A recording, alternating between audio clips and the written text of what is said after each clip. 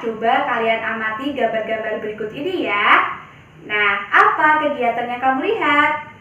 Kemudian, apa saja tujuan dari kegiatan-kegiatan tersebut? Dan bagaimana pengaruh kegiatan tersebut terhadap pembangunan ekonomi, sosial, dan budaya di dalam masyarakat setempat? Bagaimana dengan kegiatan masyarakat yang ada di tempat tinggalmu? Mari kita pelajari bersama-sama.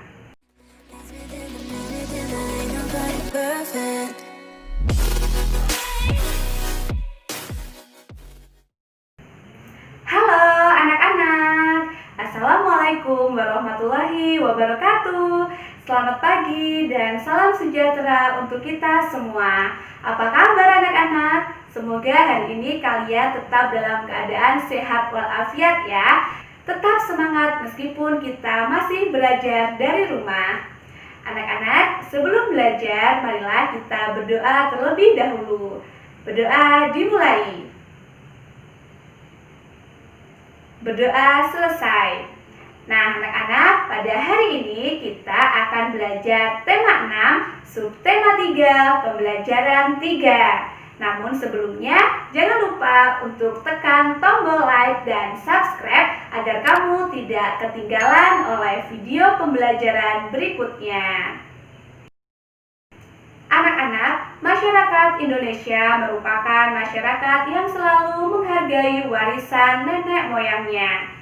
Bentuk penghargaan tersebut antara lain ditunjukkan dengan kebiasaan melakukan kegiatan tradisi tersebut dalam kehidupannya, mulai dari peristiwa kelahiran hingga kematian.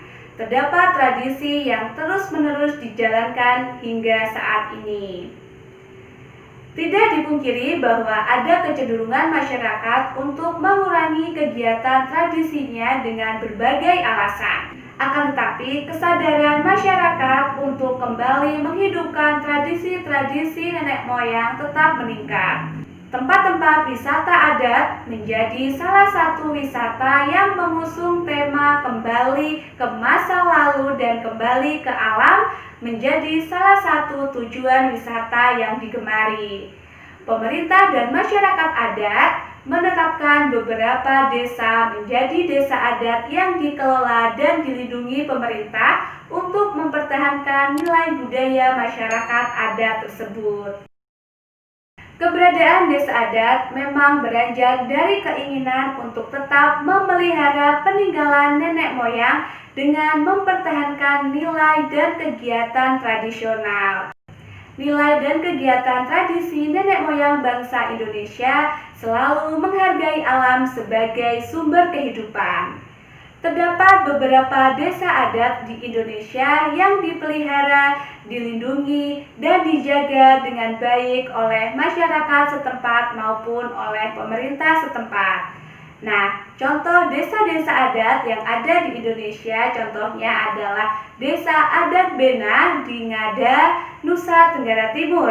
Kemudian ada Desa Adat Sade yang berada di Lombok. Kemudian ada Desa Adat Wairebo yang terletak di Nusa Tenggara Timur juga.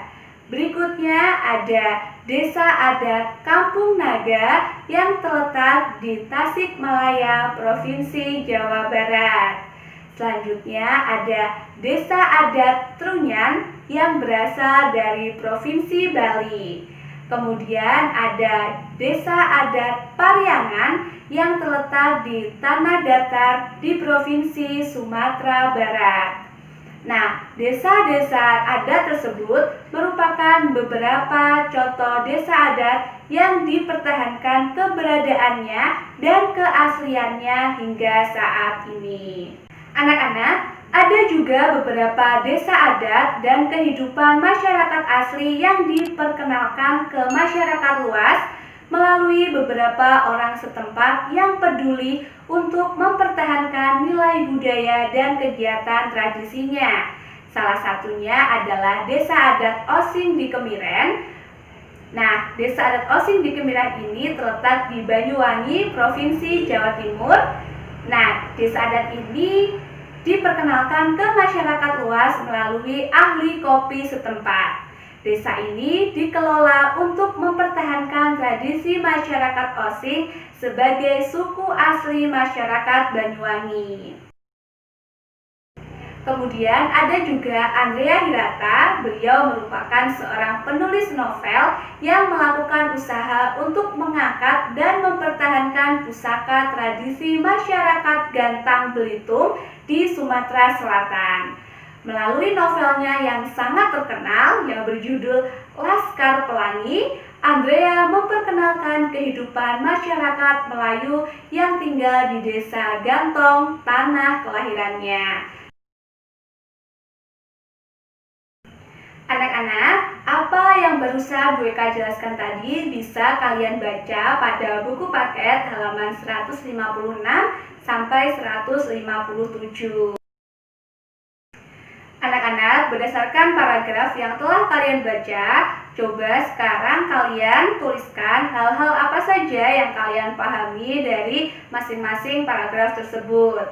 Dituliskan ke dalam diagram seperti ini ya, ke dalam kartu-kartu paragraf seperti ini. Nah, dari isi paragraf yang pertama yaitu masyarakat Indonesia selalu menghargai warisan budaya nenek moyangnya. Kemudian, isi dari paragraf yang kedua yaitu ada kecenderungan masyarakat untuk mengurangi kegiatan tradisinya. Sedangkan isi paragraf yang ketiga adalah desa adat memelihara peninggalan nenek moyang. Kemudian, isi paragraf yang keempat, beberapa desa adat dan kehidupan masyarakat asli yang diperkenalkan ke masyarakat luas. Anak-anak, dari isi paragraf tadi, kalian bisa mengembangkannya ke dalam sebuah diagram peta pikiran ya. Nah, tadi bacaannya berjudul Peran Masyarakat Terhadap Lingkungan Sosial Budaya. Kita ambil hal-hal penting yang terdapat dari paragraf pertama, yaitu masyarakat Indonesia selalu menghargai warisan budaya nenek moyangnya, mulai dari peristiwa kelahiran hingga kematian. Kemudian kita ambil hal-hal yang penting dari paragraf yang kedua. Ada kecenderungan masyarakat untuk mengurangi kegiatan tradisinya. Namun, kesadaran masyarakat untuk kembali menghidupkan tradisi nenek moyangnya kembali meningkat. Yang ketiga yaitu desa adat memelihara peninggalan nenek moyang. Terdapat beberapa desa adat di Indonesia yang dipelihara, dilindungi, dan dijaga baik oleh masyarakat. Kemudian yang keempat, ada beberapa desa adat dan kehidupan masyarakat asli yang diperkenalkan ke masyarakat luas. Salah satunya adalah desa adat Osing di Kemiren, Banyuwangi. Nah, anak-anak, dari diagram peta konsep yang sudah kalian buat tadi, kita bisa menuliskannya menjadi sebuah kesimpulan dalam bentuk paragraf. Isinya tinggal kita ambil saja dari isi diagram paragraf pertama. Kemudian kita sambungkan dengan isi paragraf di diagram yang kedua. Kemudian disambung lagi dengan isi paragraf di diagram yang ketiga. Kemudian dilanjutkan dengan diagram yang keempat. Jadilah sebuah kesimpulan seperti ini. Anak-anak, sekarang kita belajar kegiatan ekonomi masyarakat yang berada di dataran rendah dan juga di lautan. Nah, dataran rendah merupakan dataran yang luas dan juga rata. Nah, dataran ini terletak di ketinggian 0 sampai 200 meter di atas permukaan laut. Anak-anak, tanah jenis ini subur dan baik untuk bercocok tanam. Selain itu, dataran rendah memiliki area yang relatif datar sehingga kondisi ini memudahkan masyarakat dalam beraktivitas. Kemudahan tersebut membuat dataran rendah berkembang menjadi pusat kegiatan masyarakat.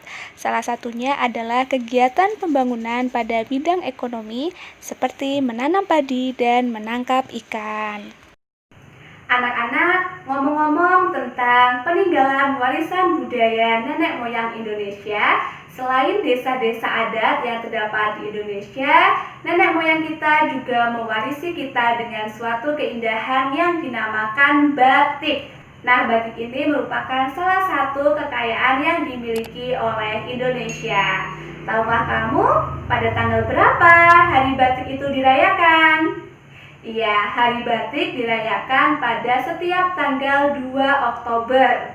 Nah, batik ini ditetapkan sebagai warisan kebudayaan budaya lisan dan non-bendawi pada tanggal 2 Oktober tahun 2009 oleh UNESCO. Anak-anak, ini adalah latihan soal untuk hari ini ya. Nah, jangan lupa untuk dikerjakan dan dikirimkan ke WA gurumu.